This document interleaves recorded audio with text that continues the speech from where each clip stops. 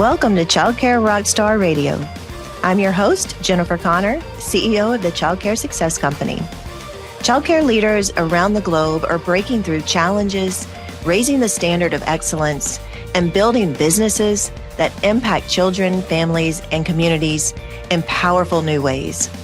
On this show, we spotlight bold leadership, real strategies, and the innovators shaping the future of all early childhood education. All so you can grow stronger, lead with confidence, and step fully into your role as a childcare rock star. Let's begin. Welcome to Childcare Rockstar Radio. I'm your host, Jen Connor, CEO of the Childcare Success Company. And lately, I've been thinking a lot about what growth really costs. And I'm not talking about just money. I'm talking about the emotional cost, the mental load, the trust it requires.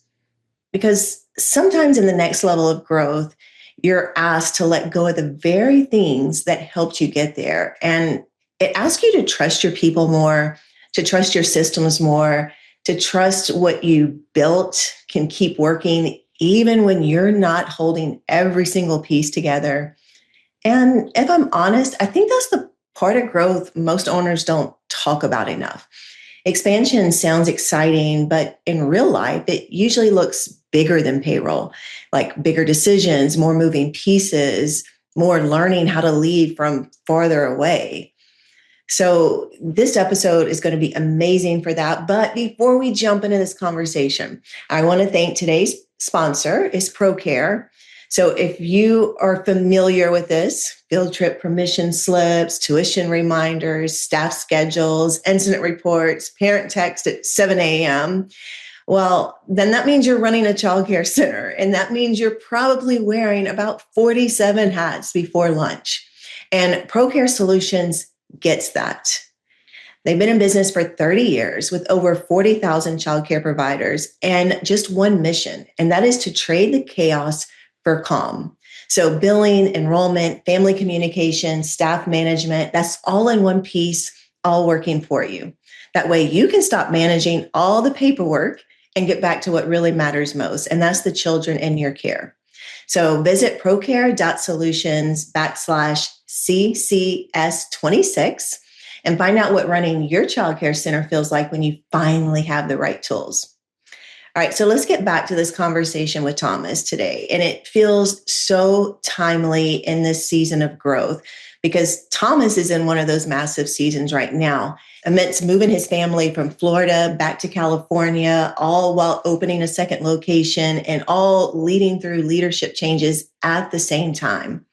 But what makes this conversation so strong is how intentional every single move he's made has been. You're going to hear how he strategically outstaffed even before the growth. You're also going to hear how pricing, retention, and expansion all work together when you truly know your numbers. And you're going to hear what most owners miss about curb appeal, online first impressions, and getting parents through those first set of doors. And you're going to hear what it really takes to replace yourself without losing the heart of what you built. So if growth is on your horizon, then this one's going to meet you right where you are. So let's get into it.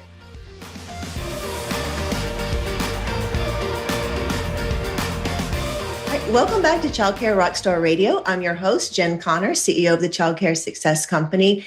And I'm so excited to have Thomas with us here today. Thomas, how are you doing? I'm doing good. Excited to be here. Thanks for having me. Oh, of course. Fun fact for our listeners, this is our second go around with Thomas. We had a little bit of technical difficulties the first go around, but Thomas is just going to keep getting better and better. And because I know where this is going, that this episode is going to be fantastic for anyone listening that is thinking about expanding or going to second location. This episode is going to be 100% for them. So are you ready to do this one more time? I'm ready. It's like it. The first time never happened. Nobody knows. Yes, I'm ready.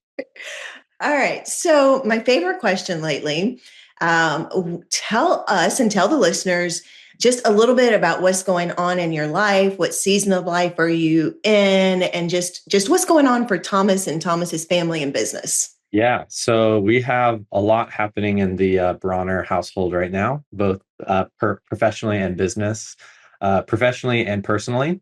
So I mean, personally, we're moving to California, so that's a big move. We're in Florida right now, so we came to Florida in 2019 to open our preschool and expand, and we did that, and now we have a team, so we're moving back to be with family and raise our kids around a Coast lot to of coast. cousins, coast to coast.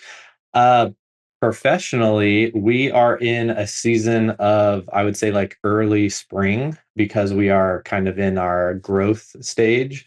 We just acquired a second location a month ago, and that is going to be going under construction here shortly. And we lost our director. So that's another thing that was a really big change for us. So we can talk more about that later. So we've had some administrative changes happening that we planned for and have absorbed well. And we are ready to expand to a second location here in, I don't know, around the end of the year. Well, walk us through. Gosh, I'm just sitting here trying to think, moving from coast to coast. That is definitely a move, and that is definitely a season for you. Yeah. But walk me through what steps, because I know when we had talked previously, there was a lot for you that went into just discovering and finding where to have this second location and all the zoning and the steps you had to go through. So, can you walk us through a little bit of what that looks like for anyone listening that's like, hey, I want another location? Some kind of things to look for, pitfalls to avoid, and best practices. Yeah, definitely. So I intentionally overstaffed in order for us to expand. And so we had two directors. We're a single site location currently. Our capacity is about 103 students or so. And at a center our size, we really only need a director and maybe an assistant director to operate efficiently at the level that I expect. But I had hired two directors, very, very overqualified, almost in an executive director role, in order for me to, as a business owner, step back and focus on the business and growth and opportunities. And so doing so allowed me to start reaching out to local schools in our area that I wanted to acquire. And so that's where it all started. We have a very we know what our like brand identity is. And so we are like Alta Schoolhouse. So our whole feel is we're a commercial childcare center, but we're Montessori inspired and we're intended to be, it needs to look and feel like we're ingrained into the community. And so on a literal meaning, that means like we look for buildings that are in neighborhoods or around homes and have a more schoolhouse look to them. And so we designed our first location for that. And when we were looking at acquiring a second location, I started reaching out to owners of schools here in our area that I felt were good locations and fit that kind of branding. And so I reached out to several. I got a couple responses back, and we ended up moving forward with the one that we closed on. Awesome. So I want to touch base because I know when you're saying we intentionally overstaffed. So as a childcare owner, I had my two schools for close to 20 years. And when I hear overstaff, like my heart drops and I think, oh, payroll expense. So out of everything I'm trying to do, and now I'm going to overstaff and payroll expense. So how were you able to make that make sense and be and overstaff and still be profitable and still have that money for expansion? Yeah. I mean, there's obviously a level where overstaffing doesn't make sense. You can't have 80% of your revenue of your expenses, 80% of revenue be staffing. That you won't survive. But you do have a little wiggle room to play with. And for us, we were able to make the cognitive decision of, we're going to forego a little bit additional profitability during this season in order for us to have a ramp to, leap off of for growth in a second location. And so the way that I've always looked at staffing is there's kind of your baseline of what's required to uphold the level of care that you desire to provide. And then beyond that, as an owner, you get to decide. It's kind of more or less like I staff more, I get more time back, or I staff more and I get more opportunity to do other things. And so that's how I always looked at it is I could have been at the front desk myself doing marketing and enrollment and tours. But if I was to do that, I wouldn't be able to have looked for second locations, grown our school, implement software and new processes and procedures that have enabled us to grow. And that is why I made that kind of more or less sacrifice and took a little bit of money out of my pocket and out of profitability in order for us to eventually, have a second location. And that's just at least how I've always made those business decisions. Yeah. And I think that's so important, really. And it goes back to understanding your money math. And so when we're operating intentionally and we know we have, a payroll bucket, a building and curriculum bucket, all a profit bucket, you can pull intentionally on purpose money from one into the other. It's when you don't understand that money math, it sounds almost impossible when you hear I'm going to overstaff or I'm going to have two directors when I only need one. But diving in and understanding that. But I'm also curious as far as like tuition, did you change anything with your tuition to be able to supplement that? Or was it just purely moving the money around? No, definitely. We definitely priced it accordingly. Our tuition has increased every year for the last, I don't know, 4 years, pretty substantially. I mean, inflation has been an element of that, and so last year was like our largest increase, around, I don't know, 10% or so. This year, our increases is more modest, 5-6%, so a little bit higher than inflation, but our market is growing rapidly right now, and so it's where the market is. We've always priced ourselves not as the most expensive, but because I think that the level of service we provide, as well as like our building being brand new and our facilities being super clean and new, I've always desired us to be priced definitely at the top range of the market. But I never want to be the most expensive either. And so I've always taken that into consideration when we dole out our annual rate increases. And so yeah, that did play into being able to overhire for sure. I mean, I when I was making those decisions of how much am I going to increase our rates, I 100% had in my mind how am I going to be able to grow and how much additional buffer do I need in order to be able to hire additional people so that I can grow to a second location and plant those people down the road, maybe bring them on in-house at our current location for 6 months or so that I can have people that know our culture, our vision, our mission, and plant them into our second location when that time comes. Yeah, so we're building a timeline here of getting ready to open second location. So overstaffing, making sure we have the people, understanding our money math so we can do that intentionally, looking at our tuition rates, making sure we pull some of that and increasing those. So those two in and of themselves are sometimes the two moves that most owners are really afraid of making. But that kind of leads to the next piece that I'm curious about because that's a big move, right? Getting a second location, moving from Florida to California. You invested into the staff, over hired them to put in two locations. What about turnover of this current staff? So what are you doing to ensure, everything you've invested into them, that they're going to be in that role? That way you're not getting pulled back from California, having to go back into Florida to Yeah. fix something.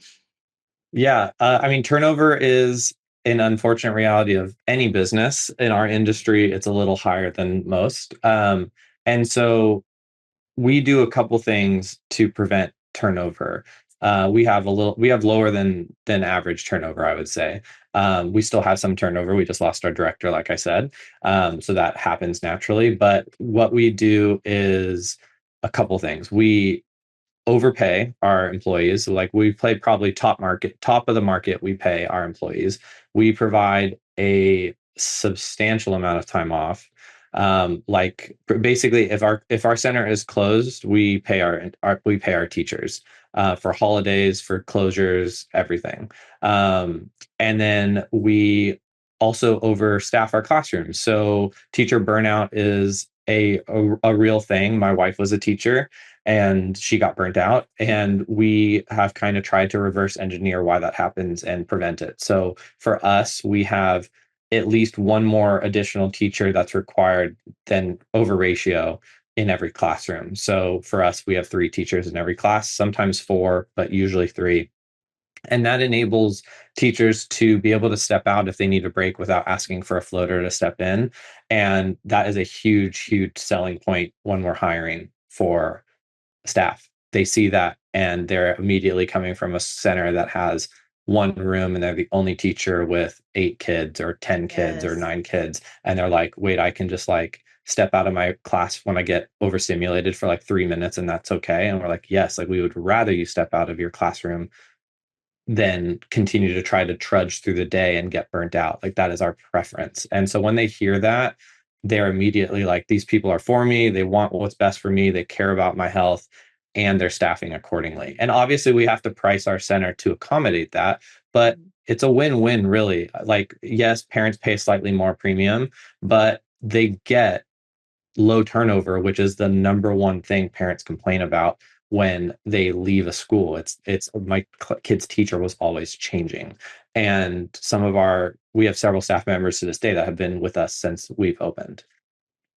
Yeah, no, you're dropping like some gold, and I want to make sure our listeners are hearing these pieces. So you dug deep to find out like what makes teacher burnout. Sometimes I think as owners, like we're so busy with, especially if we're like in the business all day long, like just trying to make sure things run smooth, that we're not necessarily looking at what's going on in the classroom. And so we do have this turnover because again, we have one teacher for 8 kids, 10 kids, 15 kids, maybe depending on what age group or what state you're in. But being able to overstaff, look at your tuition, have the extra teachers in there. So I'm sure if there's teachers listening, they're going like, I want to go work for Thomas. That sounds like an amazing, amazing culture. And I love that you intentionally built that and you put all these pieces. And to me, the kind of the underlying piece that just keeps coming back is like, know your numbers. If you don't know your numbers, then your school is running without you and it's not running intentionally. So these are the kind of things you can do when you really understand that and you do things intentionally. You have the staff. Yes, it raises tuition, but then that's what people are paying for, which makes me want to kind of dig into how do your parents get that information? So you said they're paying a little bit more, but this is what they're getting, and it's the higher quality and it's a higher, teacher in the classroom, not the turnover. But how are they seeing that? How are they learning that? How are they finding you and discovering that? Yeah. So I think to tie it, well, one of the things I'm most passionate about is like how our location visibly looks. Mhm. And so parents find us because other parents are telling them about us. They look on Google and they see our location and our like where we have one of the most amount of reviews in our city, and probably I think the highest Google review rating in our city. And visually they can find our building. And so for me, and we talked about this earlier, Jen and I, is I am really, really passionate about getting parents in the door. And so one of my biggest like thoughts is you can love kids as much as you can to the best of your abilities, but it doesn't matter if parents don't walk through the door to see it. And so most centers, including ours, are set up where there's some sort of like security, and there's a front door to get in, and then there's a lobby, and then there's classrooms. And so they have to get through those second set of doors to see the love and care you provide students. But if your building is gross, they're not going to walk through the first set of doors. No. And so we are in the season right now of spring, like I said, for growth, but also spring for cleaning. And so we are legitimately doing spring cleaning. Last week on Saturday, I had several teachers and we were cleaning out and organizing our shed and our administrative closets. And we just spent a good amount of money on new plants and planters and irrigation around our building, because we had a big freeze in Florida that killed off all of our plants. And that might seem superficial to some, but it all goes back to wanting to impact students and families. And I can't do that unless they come through the door. And so, to tie in a little bit of marketing into this piece of how they find us, is our generation. And what I mean by our generation is the generation of our clients are typically millennials or Gen Z. And I'm a millennial. And so our millennials and Gen Z have been raised on the phone and the internet and social media. And so they make their decisions very differently than the past generation did. The past generation would find all the centers and give them calls and then set up tours and make decisions. That's my generation. and they would make decisions after touring, which sounds logical, right? But this generation, Gen Z and millennials, they make a short list. And so they are going off of your Instagram and your website and your Google pictures and reviews, and they are automatically cutting down it to like 3 to 5 tops places that they're going to tour. Sometimes they just do 2. And that is the list that you have to compete for. And so if visually your building and curb appeal is not to the standard where you're going to make that short list, then you've already lost the game. And so that is why we invest so heavily when we're designing our buildings with our architect or we're doing our landscaping, is I really think about that. And I might spend a little bit more money on taller bushes because I want them to be big and beautiful. And I don't want kids to pull them and kill them either, because if they're small, kids will kill them, I've learned. And so, yeah, so that's where the desire, that's where the desire for a visually appealing facility comes from. Whether that's cleanliness or like landscaping, what have you, but it's just kind of being tour ready. You want all your 5 senses to check those boxes for parents so that they can schedule a tour. Yeah, I love that. And it's not, for everybody listening, like this is 100% across the board, every state of the country, what we are seeing time and time again. It is generational. It is truth that they are not going through. Like I said, my generation would be flipping through the yellow pages, if they even know what the yellow pages are, and calling every childcare center in the whole city. But that's not what they're doing. Again, they're just like you said, they're going to make their top 1 to 2, sometimes choices. I would be surprised if they got to tour 5 different places. It probably is closer to the 1 to 3 or 1 to 2. Definitely. They're making their decision already online. What they're doing when they come in your doors is, all right, Thomas, now convince me I made the right choice. Like I already made my choice for myself because I researched you, but now you convinced me through your tour that I made the right choice. So that's how you get them through the door, right? And then I love that your building is so beautiful, because sometimes we don't think about that. We're just all in it for the classroom, all in it for the curriculum, all in it for, staff retention or whatever it is. But those Google cars run by your center and take pictures of the outside, which show up online. Yeah. Parents walk in and they make that decision within the first few seconds. Right? They're not going to make it through those extra doors if they don't like what they see. They might be polite to you and stay for a minute, but they're not going to really consider anything past that. First impressions are everything. Yep, I agree.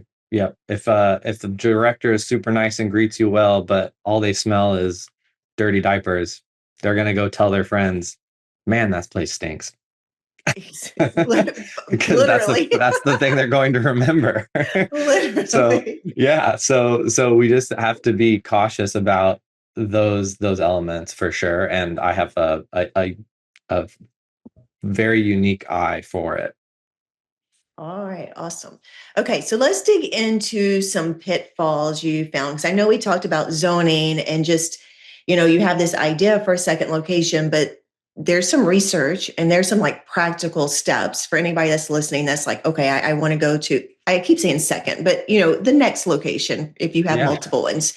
So what did you find with zoning and different ordinances that could be pitfalls to watch out for, or things that they really need to research ahead of time?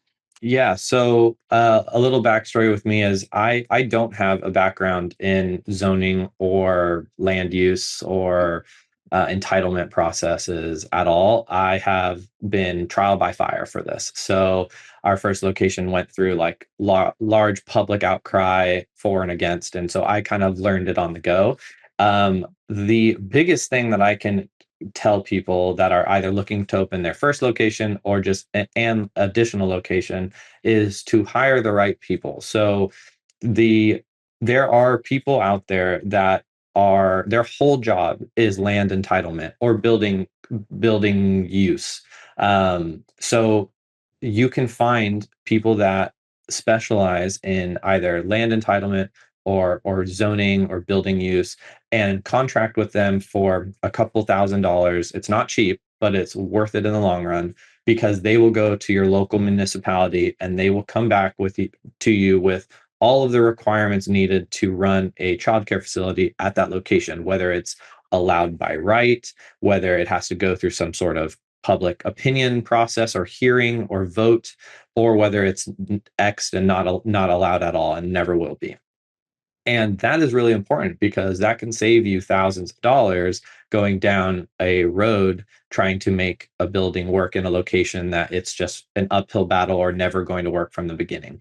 And so, yeah, when we started our process, we were hitting brick walls over and over and over again. And for us, our saving grace was hiring our architect. And our architect was really well known in the city and had lots of contacts, and everyone in our city staff like respected him. And the moment that he walked in the door with us, we all of a sudden became like legitimate buyers and legitimate business owners in the eyes of city staff. It felt like that, at least from Nice. our experience.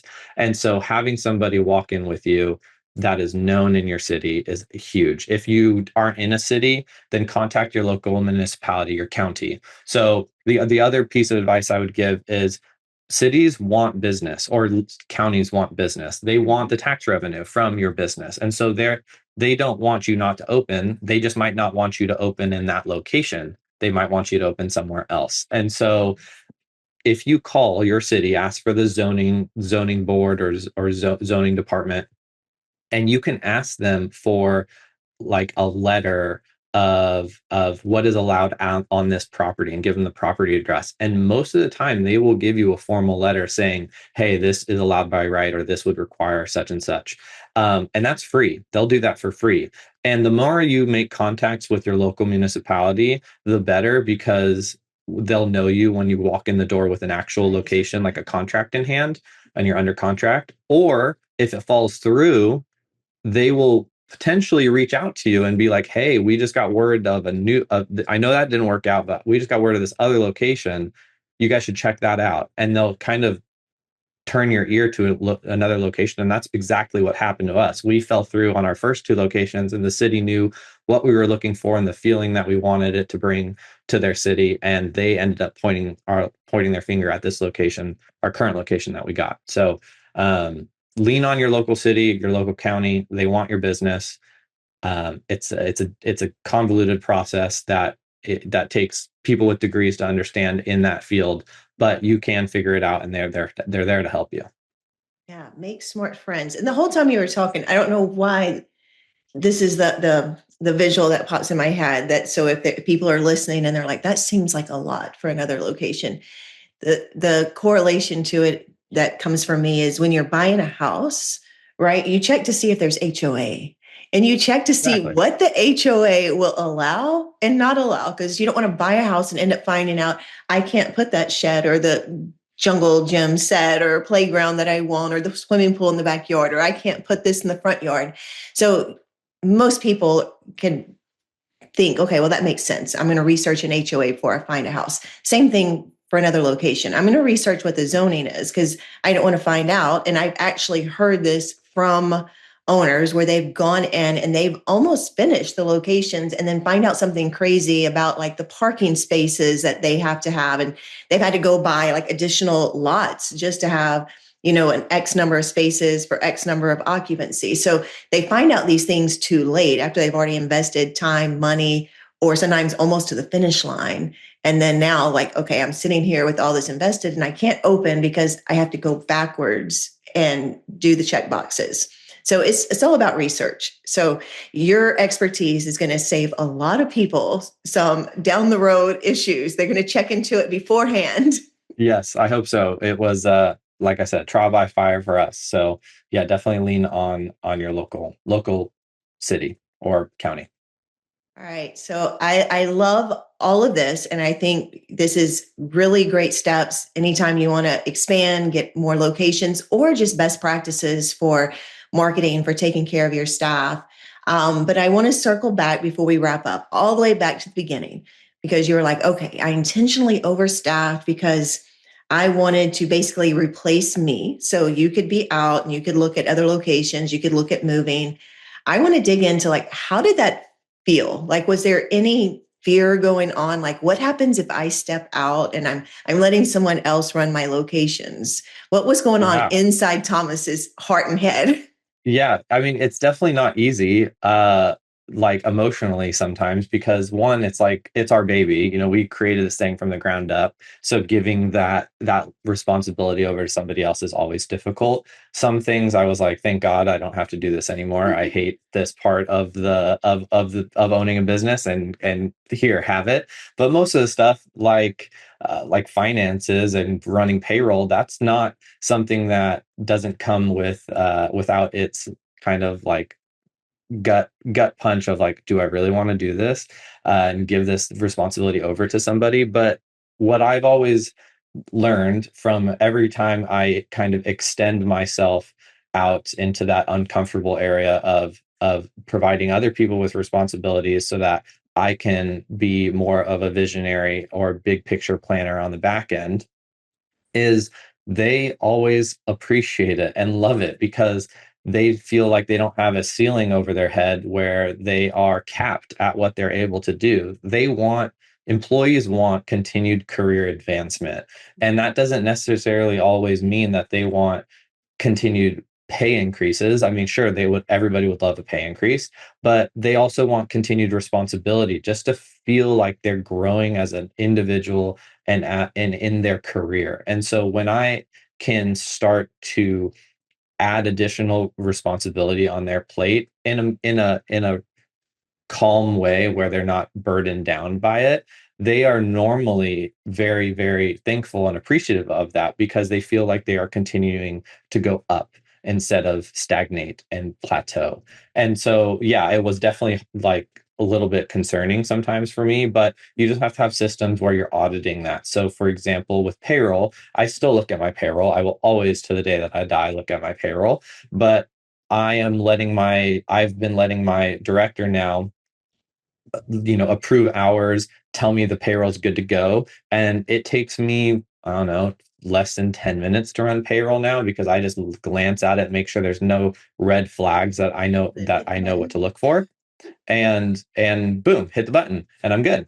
Or finances, they now track expenses for me and to my CPA. So they're the ones making all the purchases for classrooms. And so if my CPA has a question about what's this expense, I've delegated that out. And does that come with the risk that they're doing it wrong? Yes, for sure. It always does. But at the end of the day, the worst case scenario is they miscategorize a classroom material for an admin material. And like that messes up the buckets a little bit, but the total expense doesn't change. It's still going to be an expense off of our company. And so I had to get comfortable with the uncomfortability that things might not be done 100% correctly, but I can also make mistakes as well. So human error is always a factor. Be comfortable being uncomfortable. I love that statement because so many times we try to run the opposite direction from that. We're like chasing comfort, and you just tied it in beautifully to, yes, you're human, I'm human. We make mistakes too. So what are the odds? Yes, a staff person could do something wrong, but we could also do something wrong. So what is the biggest difference? All right, last question, and then we'll wrap up that piece. Was there any of these changes? And I know you said it didn't be comfortable being uncomfortable, create the systems, let them elevate. But what was was there any piece that made your heart beat kind of the fastest when you thought, was it, I know you brought up payroll, but I'm just curious, like what was the number one thing that made your heart beat fastest to delegate that out? To delegate out, probably the two that come to mind would either be parent meetings, like behavioral meetings where we are separating, like doing school separation from a child, because that carries such a heavy weight for everyone involved: family, child, us. Reviews potentially if the family doesn't feel like it was handled appropriately. And I just care so deeply about how that's navigated with a family and how they feel when they leave our facility, and wanting it to be crystal clear about that we're doing it because of the way that our policies are, and we're needing to run a business the way we have to run it, but it's not out of a lack of love and care for you or the child. So that's probably the thing that comes to mind the most. The other thing would be like enrollment, because enrollment is just the moment that enrollment, you can't let up on enrollment. Like if you get behind on enrollment and you get behind the eight ball on that, it has a lasting effect on your bottom line, and therefore on your benefits you can provide your staff.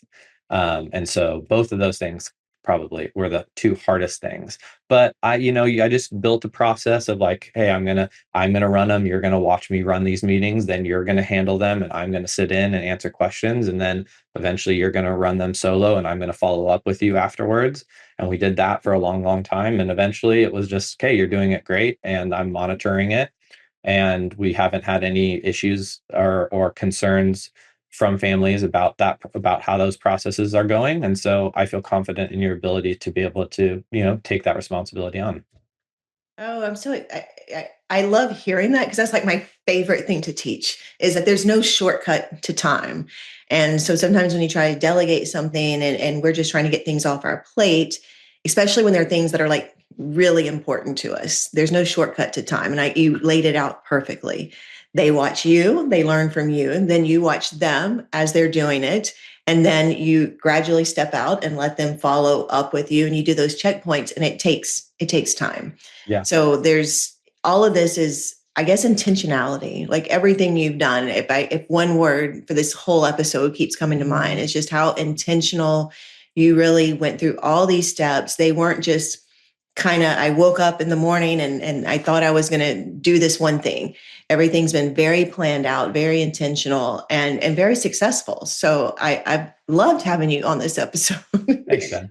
Appreciate that. Yeah, it's been a long process, but I appreciate those kind words. Thank you. Yeah. So before we wrap up, anything that we didn't cover that you want to make sure we share with the listener before we finish? I think the only thing would be with the second location. If you're interested in following along on that journey, I'm going to be posting more content about that on my Instagram handle, which I think is thomas.k.brawner. And probably will be tagged. So we're going to be going through renovations and construction. I'm going to try to give a behind the scenes look on how that process works. So if you're interested in that or desiring to open up a second location or first location, you might be able to glean some stuff from that. And it's just what I'm passionate about. So I like sharing it. We'll get our podcast team to put it so they can follow along and we can see all the changes. Because again, after you talked about how your school design and all this beauty and your spring season, now I want to go see it. So I'm going to, in this podcast, and I'm going to go follow along too. All right, Thomas, thank you so much for being on here. I love this episode. I'm deeply honored that you're a coach on our team, that you're pouring all this information, not only to our members, but out here to everyone that's listening. So I just wanted to give you deep appreciation and thank you for being here and doing it twice at that. So thanks. Anytime. Thanks, Jen. All right. Thank you all for listening, and we'll catch you next time. Bye. Today's conversation helps raise standards in early childhood education. If it impacted you, then I want you to share it with another leader in our industry. Strong childcare businesses, they don't happen by accident. They're built by owners who choose to grow stronger and lead with confidence every single day. If you're ready to strengthen your enrollment, build a stronger team, and create real freedom in your business, then I want you to visit www.fixmyschool.com. From there, you'll watch a short training, and you can schedule a free business breakthrough call to get personalized support for your business. Keep leading boldly, and I'll see you next time.